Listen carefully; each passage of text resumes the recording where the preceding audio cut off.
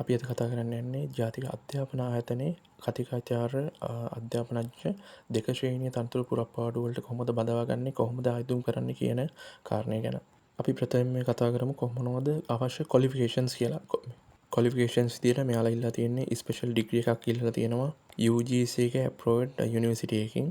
එහෙම නැත්නම් general degree එකක් ප්‍රමාණවත් කියලා කියනවා පෝස්ට් ග්‍රැජුවේට් ඩිප්ලෝමා ඉන් এডুকেෂන් එකක් සමග.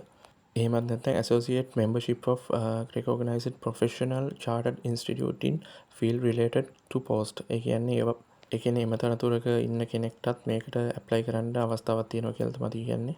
දැන් අපි බලමු salary scale එක. මෙයාලට salary scale එක 91650 ඉඳලා 168200 දක්වා පරතරයකින් මාසිකව ගෙවනවා කියලා කියනවා. වයස පරාසය විදිහට අවුරුදු 22ත් 45ත් අතර ඉන්න අයදුම්කරුවන්ට තමයි මෙම තනතුරට ඇප්ලයි කරන්න පුළුවන් කියලා තමයි මෙයාලා වැඩිදුරටත් සඳහන් කරන්නේ. දැන් අපි බලමු වේකන්සි කොහොමද මෙම පරාසය තුල විචලනය වෙන්නේ කියලා. වේකන්සිස් ගොඩක් තියෙනවා. ඉතින් පළවෙනි එක තමයි Department of Early Childhood and Development. මේ කියන ඩිපාර්ට්මන්ට් සබ්ජෙක්ට් තුල ඔයා ඒ රිලේටඩ් ඩිග්‍රී එකක් කරලා තියෙනවා නම් ඉතින් අනිවාර්යයෙන්ම ඔයාට ඇප්ලයි කරන්න පුළුවන්.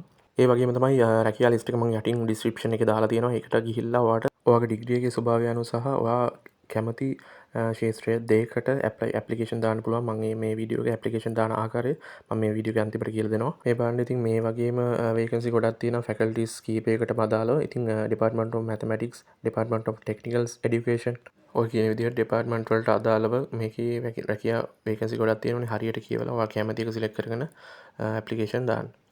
හරි ඊට පස්සේ අපි බලමු කොහොමද අයදුම් කරන්න කියලා. ඉස්සල්ලාම අපි ඔය යට ඩිස්ක්‍රිප්ෂන් එක දාලා තියෙන ලින්ක් එකක් ඒකට ගිහිල්ලා මෙයාලගේ සයිට් එකේ තියෙන ඇප්ලිකේෂන් එක. ඒ ඇප්ලිකේෂන් එක ඔන්ලයින් තමයි තියෙන්නේ. ඒක ඉස්සල්ලාම ෆිල් කරලා යන්න. ඒ ඉස්සල්ලාම ෆිල් කරන විදිය මම මේකෙන් පෙන්නලා දෙන්නම්.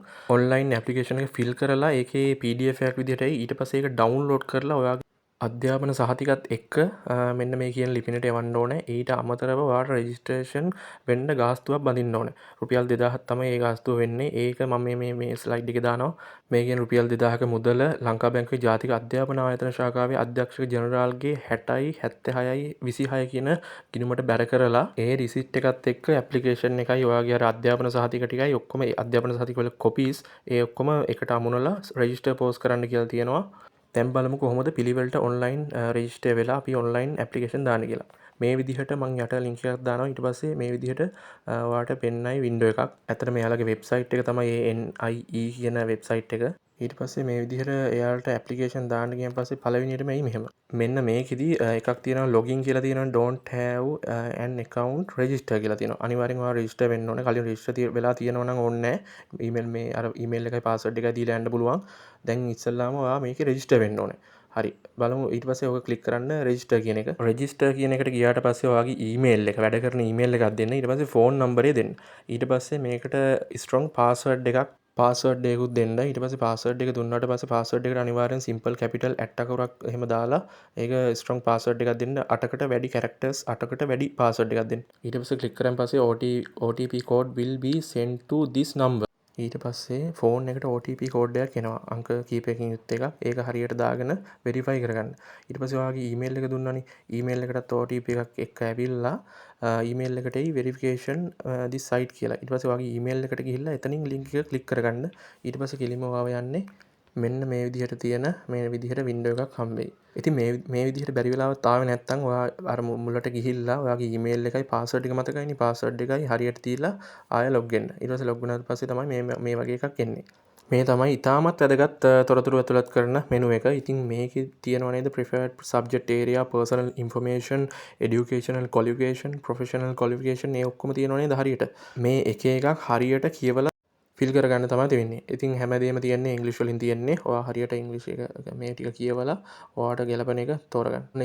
ඉස්සෙල්ලාම එන්නේ ඔය විදිහට candidate type කියලා තියෙනවා. external internal කියලා තියෙනවා. ඔයා ඩික් කරලා තියෙන ඩිග්‍රී external එකක් නම් internal එකක් නම් ඒ ටික හරියට දාගන්න උතරින්.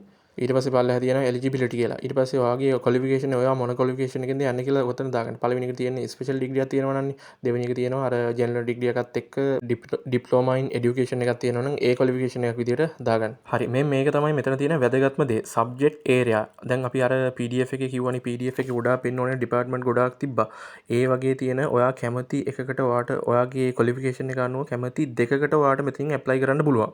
මං ඒක උදාහරණකින් මෙතන කරලා පෙන්නන්නම්. ඉතින් මට තියෙන්නේ BSc Maths එකක් කියලා හිතන්නකෝ. හරි. BSc Maths එකක් තියෙන්නේ.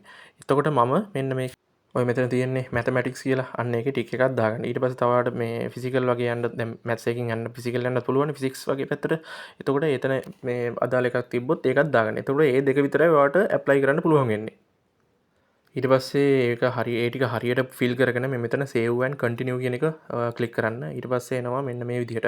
ඔයාගේ personal information වලට තමයි යන්නේ. මේකත් ඉතා වැදගත් දෙයක්. මේකත් හරියට පුරව ගන්න වරද්ද ගන්න එපා. මේක ඇතුලේ ඔයාගේ නම, full name එක, එතකොට birth date එක, එතකොට address එක, email address එක, ඔය වගේ mobile number ඒ ඔක්කොම හරියට දෙන්න. නැවත වතාවක් කියවලා හරියට දෙන්න. මොකද ඔය interview එහෙම කතා කරන්නේ ඒ email වලට. ඒ numbers වලට තමයි කතා කරන්නේ. ඒකින්ද හරියට ඒ ටික දත්ත ටික යටතත් කරන්න. හරි ඔය විදිහට ඉතින් නිවැරදිව ඉතුරු ඩීටේල්ස් ටිකත් හරියට පුරවගෙන ඕක ෆිනිෂ් කරන්න. ඊට පස්සේ ඔයාට හම්බෙයි ඔය ඔයා පුරවපු එකේ සොෆ්ට් කොපි එකක් හම්බෙයි. ඒක PDF එකක් විදිහට තමයි හම්බෙන්නේ. ඒක ඩවුන්ලෝඩ් කරගෙන ඔයා print එකක් අනිවාර්යෙන්ම මේකේ print එකක් දාගන්න ඕනේ. ඊට පස්සේ මේ විදිහට 2026යි 2යි 8 වෙනිදාට කලින් මෙන්න මේ ලිපිනට එවන්න ඕනේ. අධ්‍යක්ෂ ජෙනරාල් ජාතික අධ්‍යාපන ආයතනයේ තැපැල් පෙට්ටිය 21 හයි ලෙවල් පාර මහරගම යන ලිපිනට එවන්න ඕනේ. ඊළඟ එක තමයි ආයුධම් පත්‍ර එවීමේදී ඔයාගේ උපැන්න සහතිකයේ අධ්‍යාපන වෘත්තීය සහතික සහ සේවා සහතිකවල සහතික කළ පිටපත් ආයුධම් පත්‍රයත් එක්ක අමුල්ලා එවන්න කියලා තියෙනවා. ඊට පස්සේ වැදගත්ම දේ තමයි රුපියල් 2000ක රෙජිස්ට්‍රේෂන් ෆී එකක් ගන්නවා ජාතික අධ්‍යාපන ආයතන ශාඛාවේ අධ්‍යක්ෂ ජෙනරාල්ගේ 60යි 76යි 26 කියන දිගිරමට බැර කරලා ඒ රිසිට් එක print කරපු ඇප්ලිකේෂන් එකයි අර උපැන්න සහතිකවල ෆොටෝකොපි අධ්‍යාපන සහතිකවල ෆොටෝකොපි ඒ ටික ඔක්කොම එක්ක මෙන්න මේ ස්ලිප් එක එවන්න කියලා තියෙනවා. ඉතින් මේ හැමදේම ඔයා අනිවාර්යයෙන්ම ෆොටෝ එකක් ගහගන්න. හරි. සාක්ෂි විදිහට ඒ වගේ ෆොටෝ ටිකක් ළඟ තියාගන්න එක හොඳයි. එහෙනම් හැමෝටම ජය ප්‍රාර්ථනා කරනවා. ඉතින් මොනවා හරි ගැටලුවක් තියෙනවා නම් කමෙන්ට් එකක් දාන්න. මම රිප්ලයි එකක් දාන්නම්. ගිහින් එන්න ජය වේවා.